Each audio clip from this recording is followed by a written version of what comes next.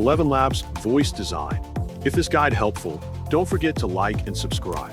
Open your browser and type elevenlabs.io into the search bar. Once the website opens, move to the top right corner and click the login button.